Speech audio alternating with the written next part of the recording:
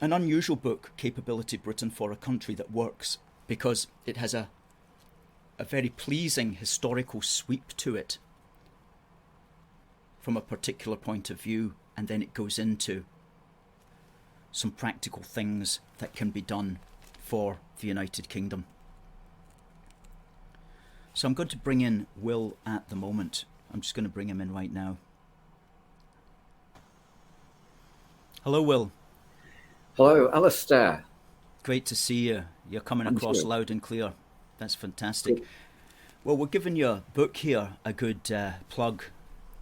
Capability Britain for a Country That Works. And what I'd like to do in the next 25 minutes or so is talk about, firstly, what inspired you to write this book, and then we'll get into some of the more nitty-gritty elements of the actual content of it.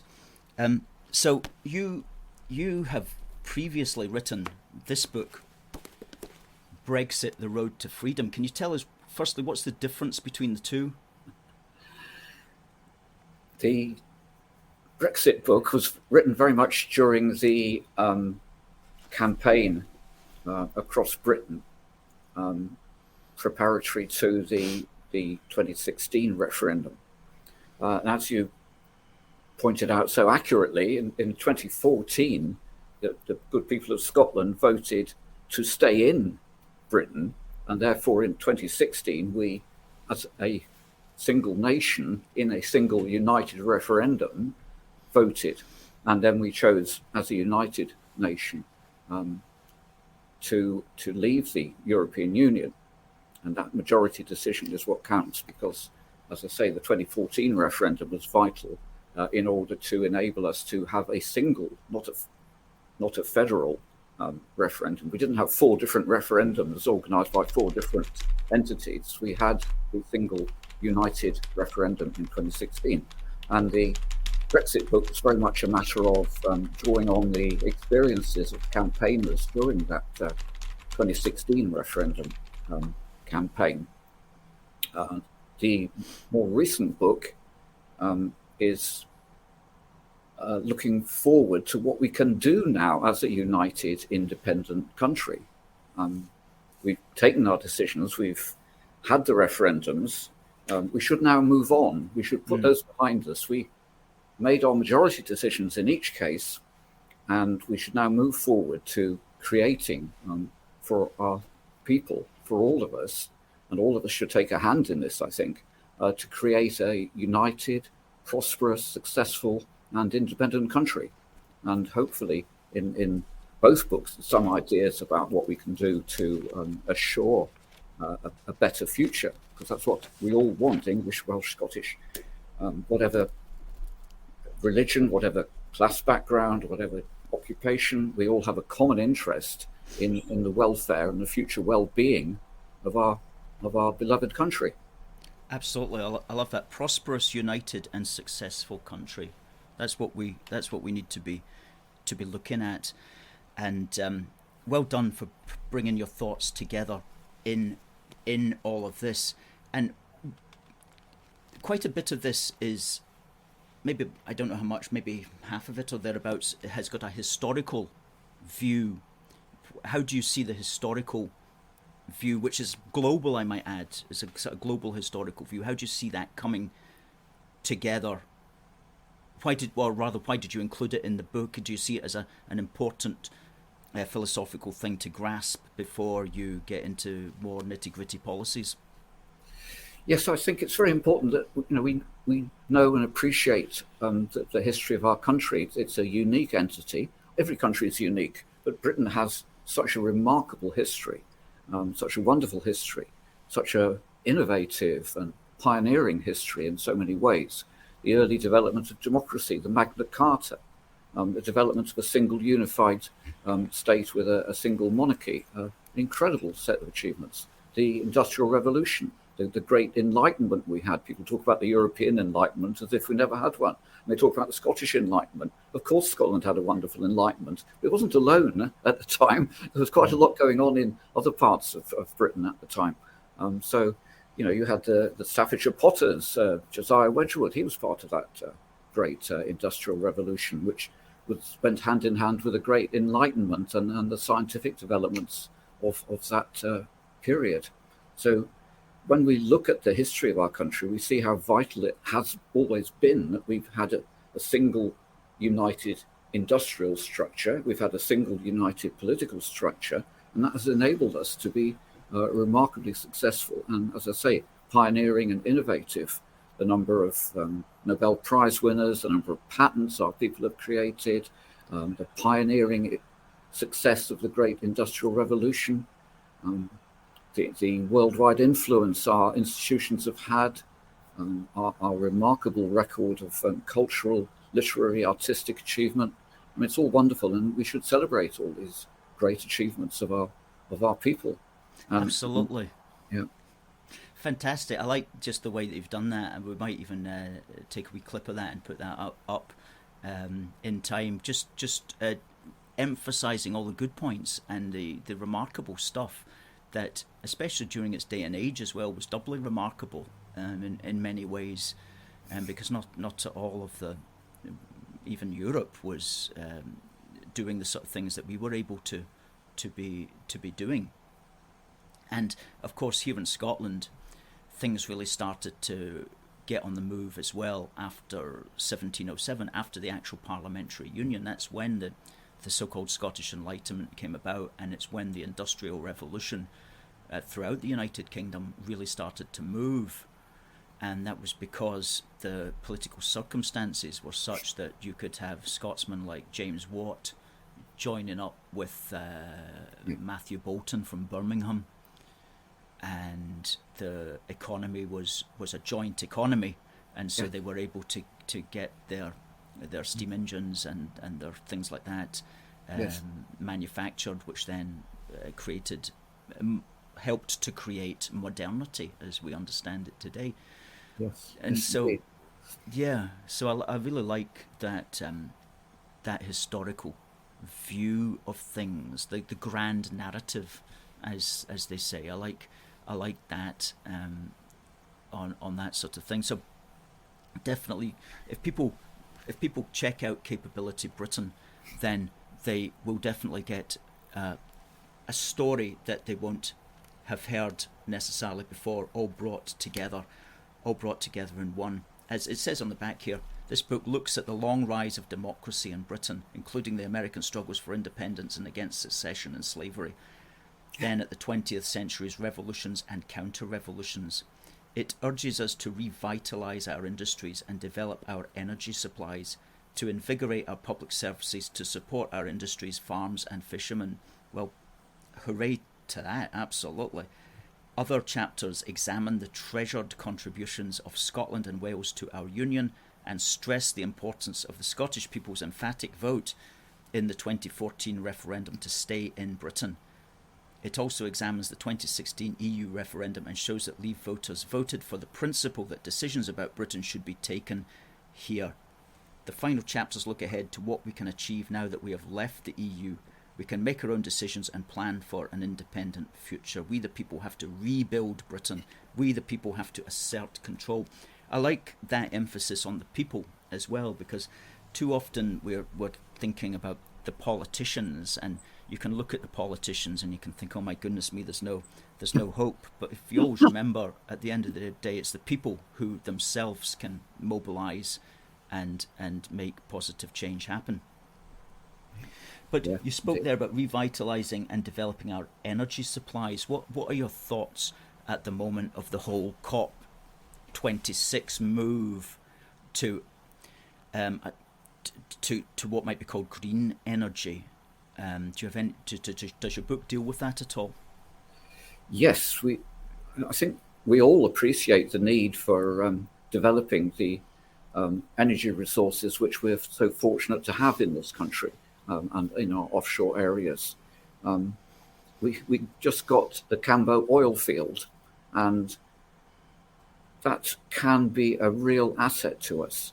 Do we want to rely for our oil and gas supplies on the generosity of President Putin and the beneficence of Xi Jinping? Or do we want to develop our own resources? I think very strongly that we need to be as self-reliant as we possibly can in terms of energy, so that no foreign power can turn off the gas tomorrow or turn off our energy supplies tomorrow. We need to develop the resources we have, oil and gas, and not close them down.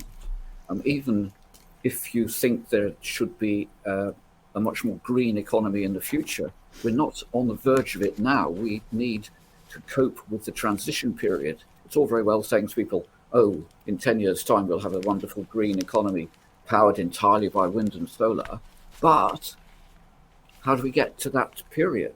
And what do we build the wind turbines out of? We build them out of chocolate, out of raffia. We have to have steel to make the turbines. You have to have coal to produce the steel. So therefore, in any conceivable transition to a green economy or a more renewable economy, we need still to have our coal and oil and gas resources used, and also our nuclear power, for which, again, we shouldn't be relying on China to kindly build it for us. We should be relying on our own people's abilities to develop these energy resources. We're much safer when we develop our own energy resources, which, as I say, we're very fortunate in having.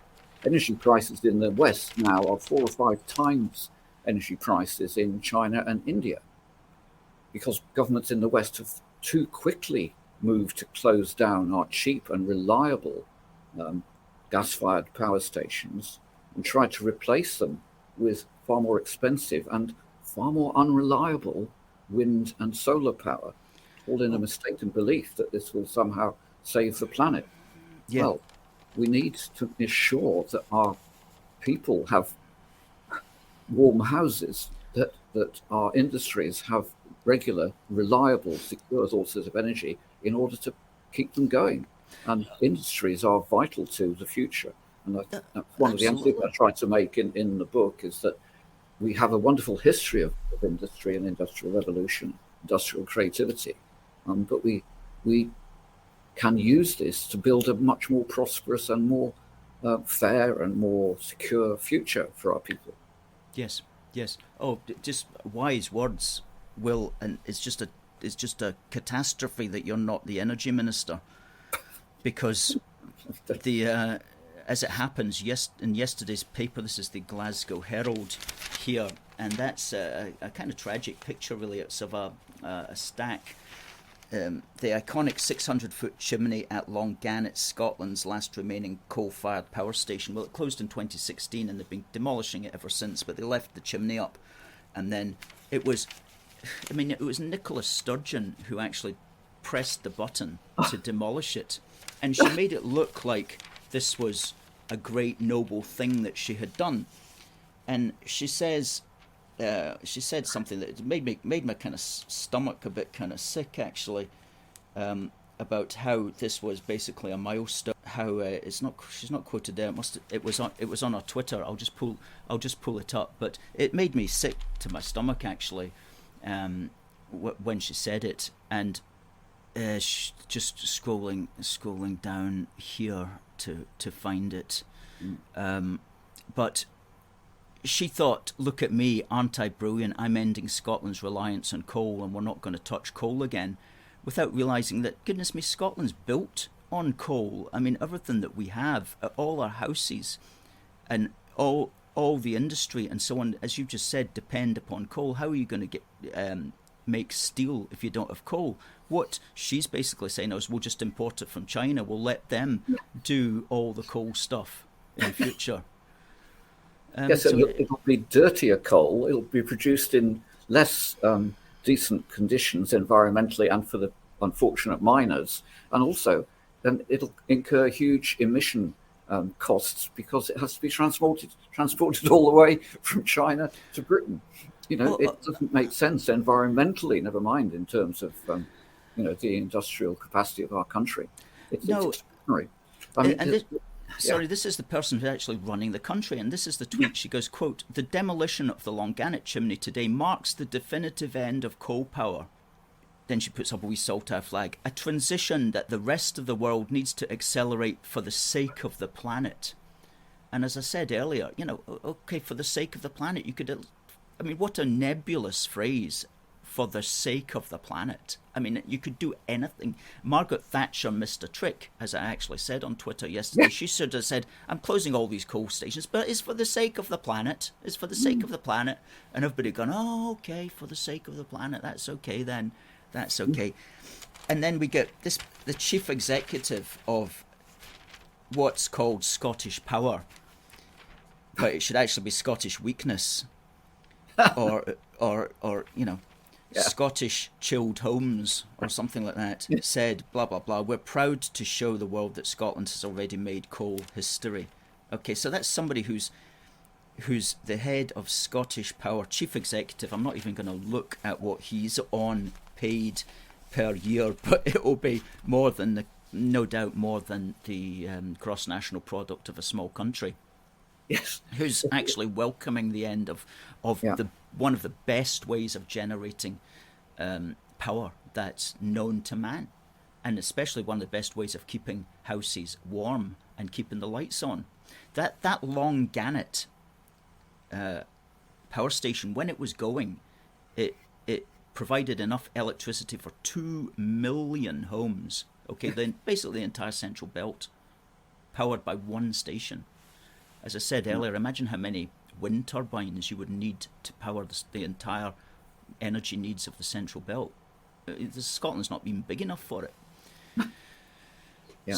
So we are, and you are, with these wise words. You're putting these wise words out, and they're so necessary. But we're really up against it as far as the ignorance of our present political class is concerned. Do you see any hope on the horizon? Well, I think there's a lot of capacity for improvement, shall we say. I mean, the glory and the destruction of an energy resource is very peculiar.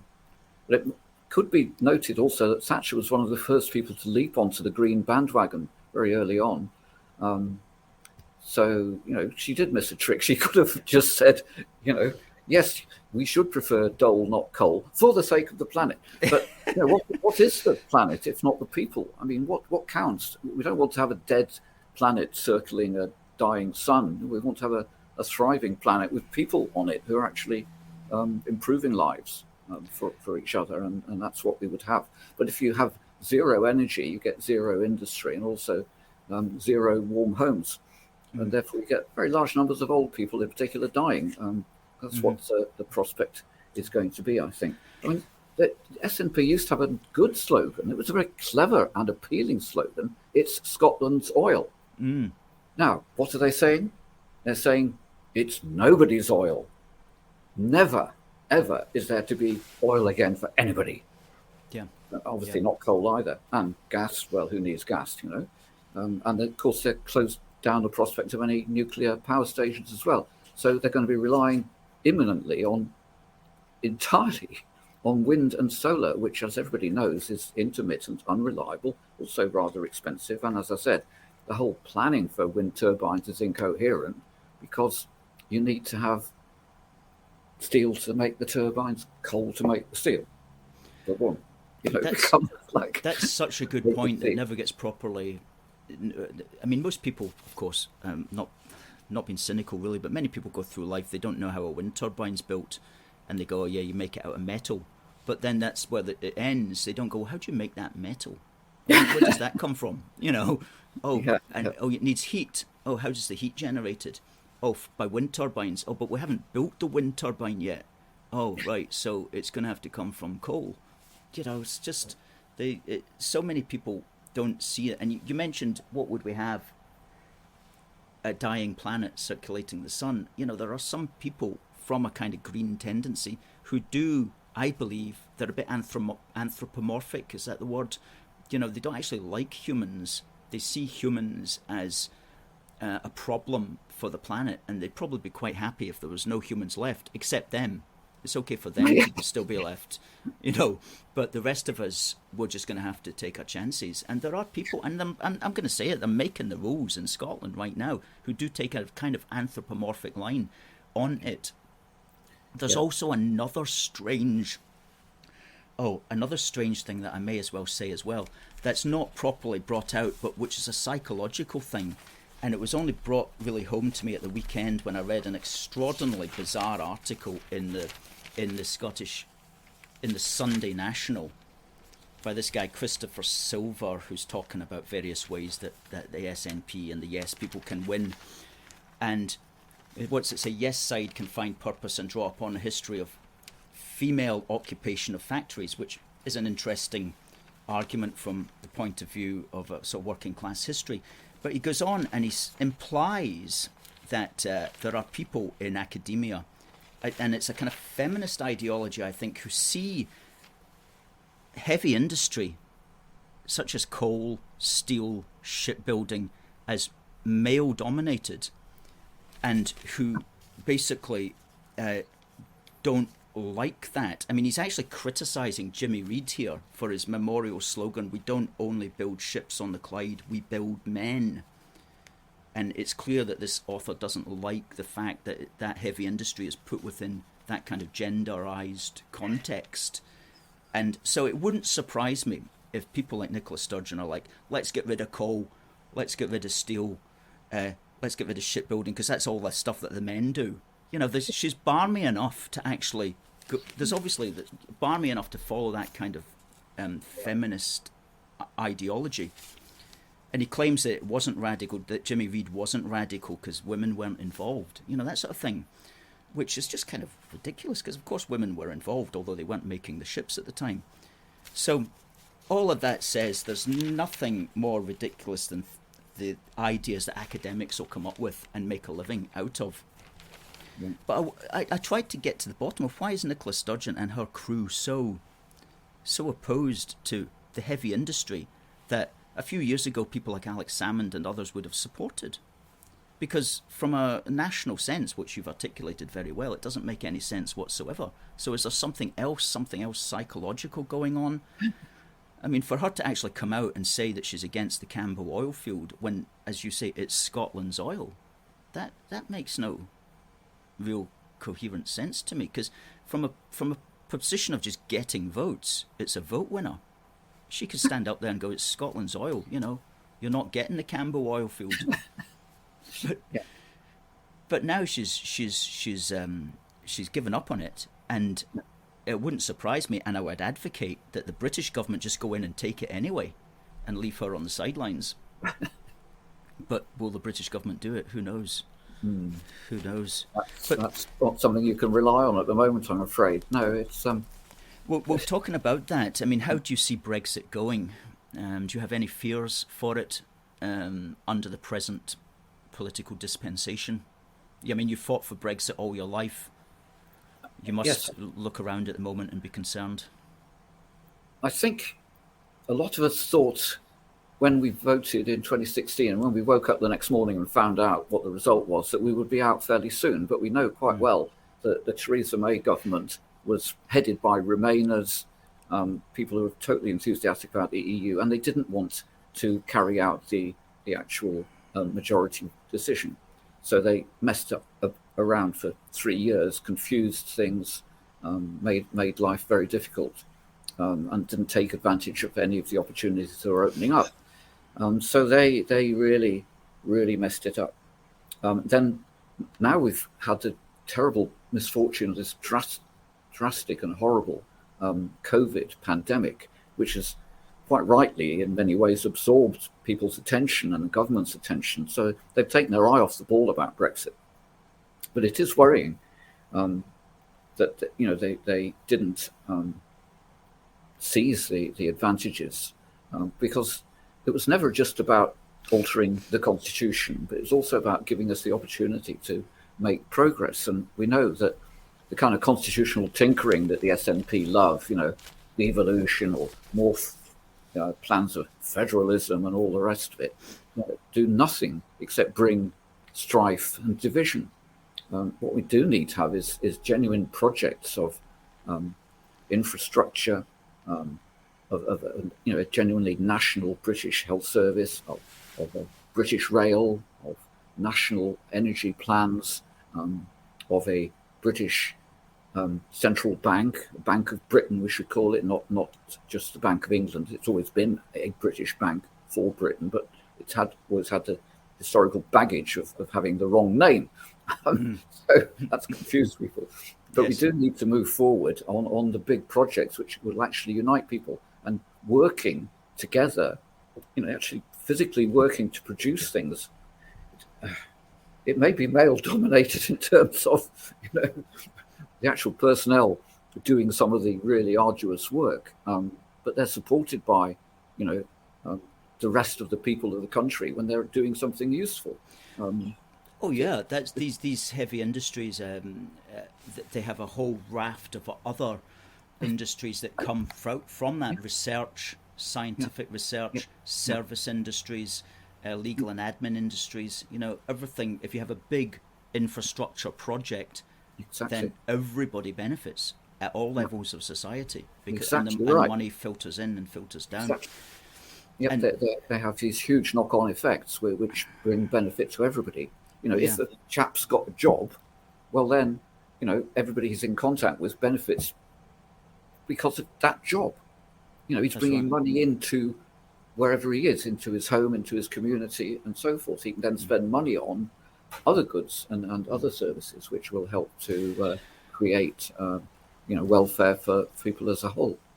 That's right, and that's something that, for many years, the politicians have ignored as well. Because if you spend money on, let's say, building a ship, and we cover this in Do More Together here when we talk about the Royal Fleet auxiliary ships, which is just an example of what I'm going to talk about here, is that Royal Navy ships for security reasons are built in British shipyards, whereas hitherto the Royal Fleet Auxiliary, which is not actually part of the Royal Navy, it's a merchant, part of the merchant marine, they are built abroad because they're quote unquote cheaper. Well, let's just say the cost of the ship is £100 million. If you give that £100 million to South Korea, what that means is all that money circulates in South Korea. It goes into South Korean industries. It goes into the pockets of South Korean services, South Korean research and development. So, it might be cheaper, numerically wise, but you literally lose £100 million of your money and you give it to another country. Whereas if you pay it, if it costs £120 million to build it in Britain, that's £120 million, which continues to circulate forever in the United Kingdom. Exactly. If I should be something minister or other, I think you should be the Chancellor. It's like that just makes so much sense. Yes, it works. That's how the country developed. Every country that developed did it by looking after its industries. America did too, and people sometimes forget this. But America had a very protectionist policy. Protection of your people. That sounds like quite a decent thing to do, to protect your people, protect the jobs, make sure that money circulates within your own country, and that you're not making Saudi princes even richer, or South Korean billionaires even into trillionaires or whatever. It's like it makes a lot of sense to keep the money on the island. That's right. Absolutely. So, as far as what do you think is the biggest risk at the moment?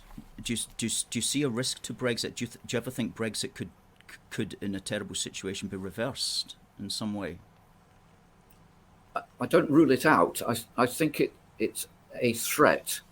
It's up to us to make sure it doesn't become any stronger. There are forces within this country still totally unreconciled to having lost in 2016, as indeed in Scotland there are some unreconciled to having lost in 2014, and indeed some who are not quite reconciled to the fact that they lost in 1745. But let's not go too far back. But the thing is, how do we move forward? We have to, I think, commit to our independence, but also to be on good terms with EU members. We seek cooperation, not confrontation, but unfortunately at the moment, the EU seems to be determined to create confrontation, not cooperation. But we do need to insist that, for example, as Alistair said, that we build our own ships, that we build the ferries we need in Scotland and in other parts of the country as well. We build them in our shipyards, not offer them straight away to shipyards in South Korea or Sweden or anywhere else. We need to be focusing on moving forward in a positive way. Yes. We need to move on from the divisions of the past. I don't want to dwell on the referendums. We need to put those behind us. We've had them. Okay, that's it. So we don't need to. We should try very hard not to still refer to people as Remainers and Leavers and whatever, or absolutely separatists and Unionists even. But we should try to unite as many people as possible going forward to build this future that I see for the country, which is within our grasp, actually. That's the exasperating thing.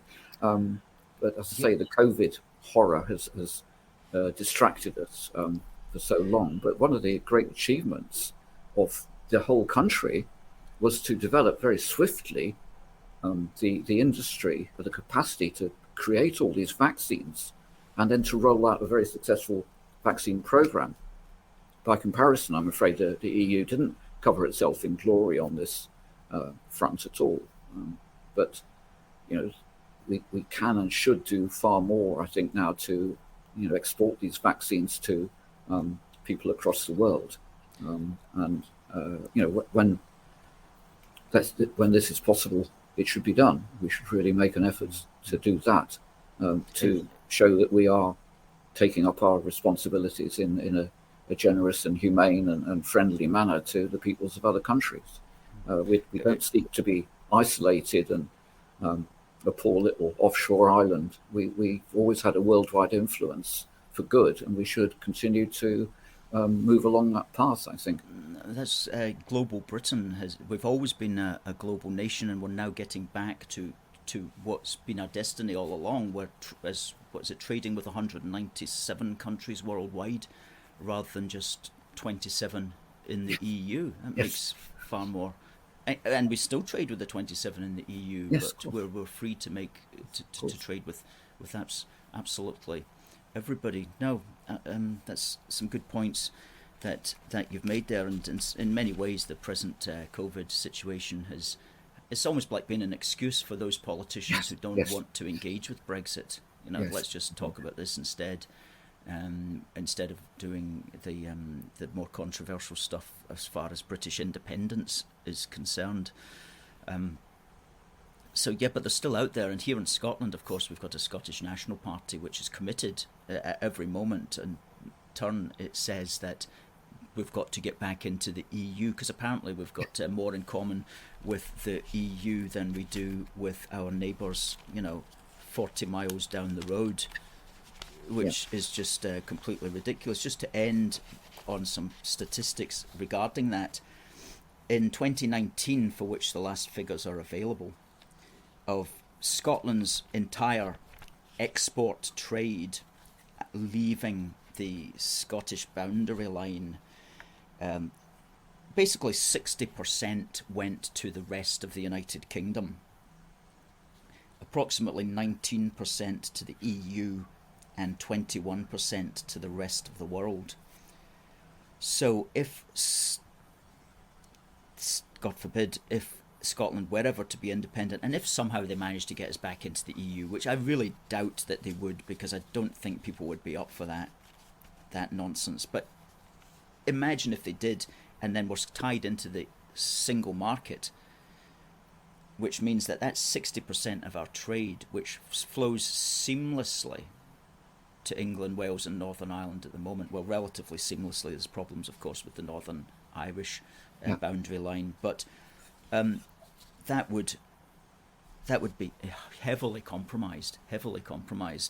So we do far more trade. We do at least 3 times the trade with the rest of the UK than we do with the EU. So economically, it's it's on its face, it's absurd to imagine that we've got a better economic future by rejoining the EU, when in fact we could stay part of the United Kingdom and be part of that British engine, which gives us the benefits of association, which we wouldn't enjoy if we were out there on our own, stuck in with the rest of the EU, because there is a multiplying effect on everything that Scotland does. If we're part of the United Kingdom, everything is multiplied better, more times, especially the economy and so on. But on that thought, you and I will just wait for the telephone call from number 10 to... If it looks like there might be a reshuffle, you can be the Energy Minister, I'll be the Chancellor of the Exchequer. We would set things right very quickly, but we'd have to work with the civil service. The civil service would be going, is that Will Podmore who wrote Capability Britain? Some ideas in there that are too good. We don't want them. Anyway, thank you very much, Will, for your time. That was a really good conversation, and more power to your elbow. Well done for producing these books.